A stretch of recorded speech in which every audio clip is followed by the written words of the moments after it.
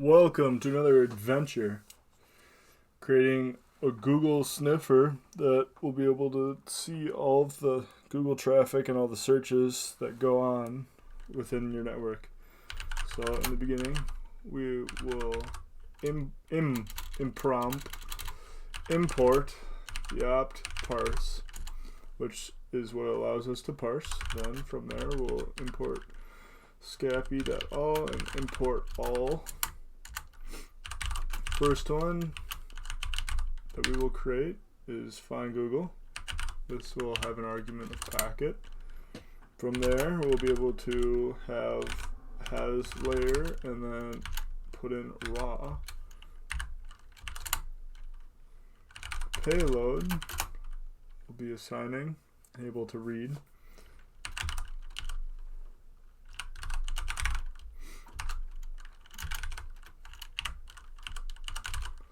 Loading the packet of the get layer. Okay. I don't exactly know what PKT is. My assumption is packet.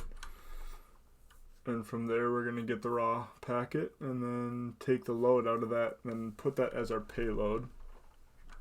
That's all I can really figure out from that. And then if it's a get request, get is when you click on a link such as this channel and you got to it, you got a get request. And so if you're going to get something in the payload, and if it's Google in the payload,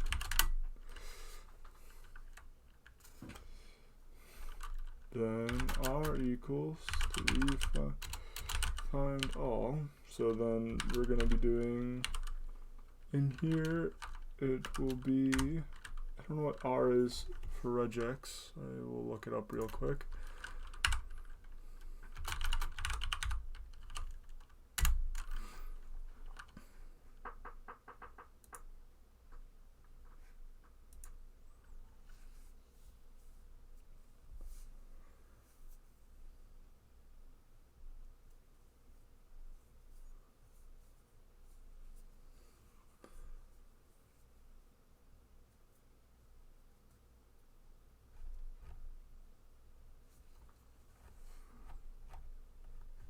What I'm coming up with is, it looks like it just means regular expression.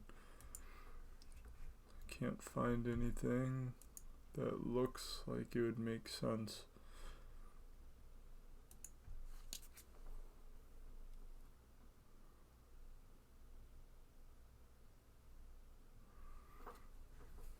Maybe R stands for recursive. That'd be my only guess. I'll look it up later. Able to figure it out right after all of this. Don't want to take too much of your time. And then from there,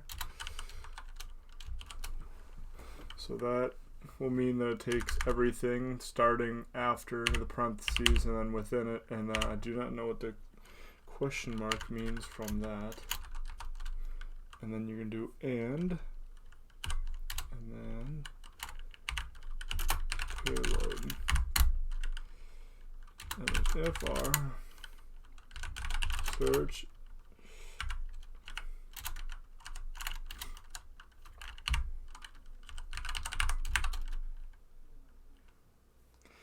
and then we'll split it upon that with it splitting on all the ands, and then we'll take the first or the 0 place of it all, and then from there, we'll search to replace.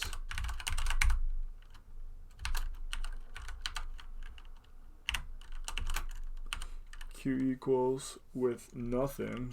That'll be our first one. And then second, we'll be doing that again. And then replacing all pluses with error. And then finally we're replacing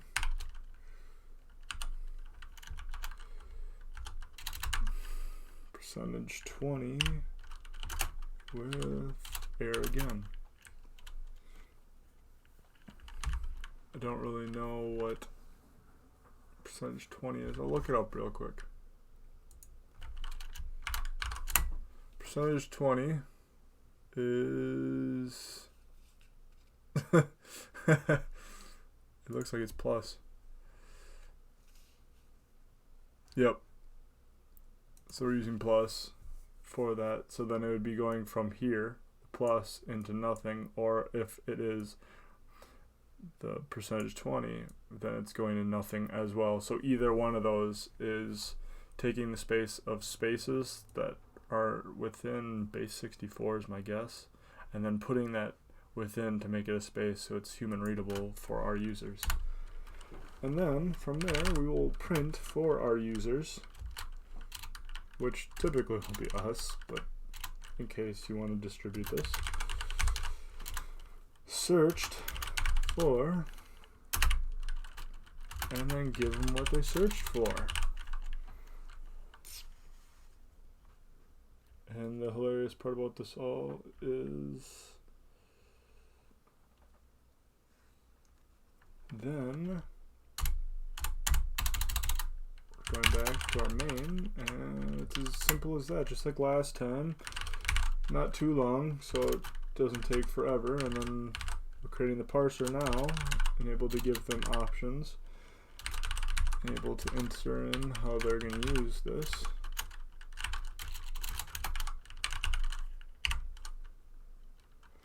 And then from there,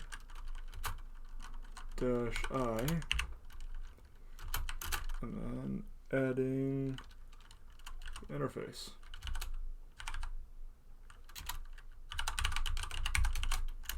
Forgot a second how to spell interface. And then from there, we're going to add the options for them. So then from there, -I, and then we'll be creating the destination, which then will be interface, and then the type will be the string, because we want it to be human readable for them so they can read whatever is being typed out by someone else on the interwebs.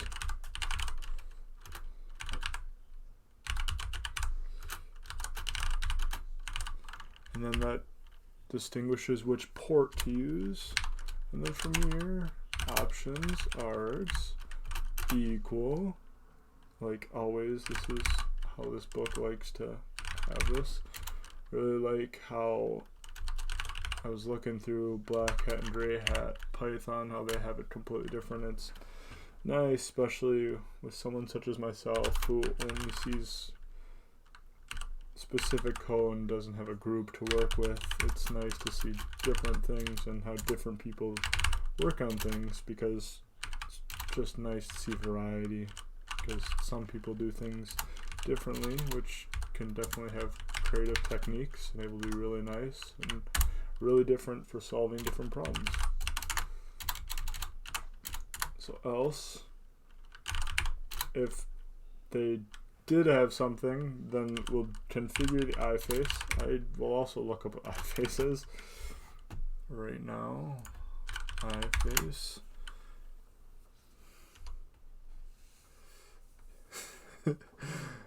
Yes, I don't need to go to some website called iFace. Yes, Roblox, that's exactly what I want. If anybody knows what iFace is, that'd be amazing to comment down below, because I don't quite know what that is. And then from there, equals options interface.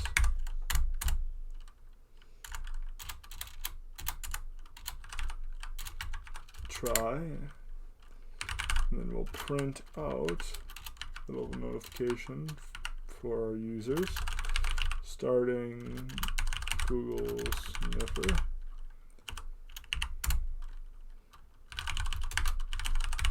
And we'll enter our input,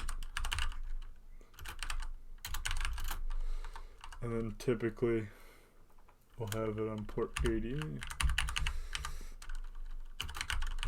I don't know if they can do, if they'd be a lot more sophisticated if you wanted to do HTTPS. I don't even know if Google if you're even able to do that just because it'd be encoded.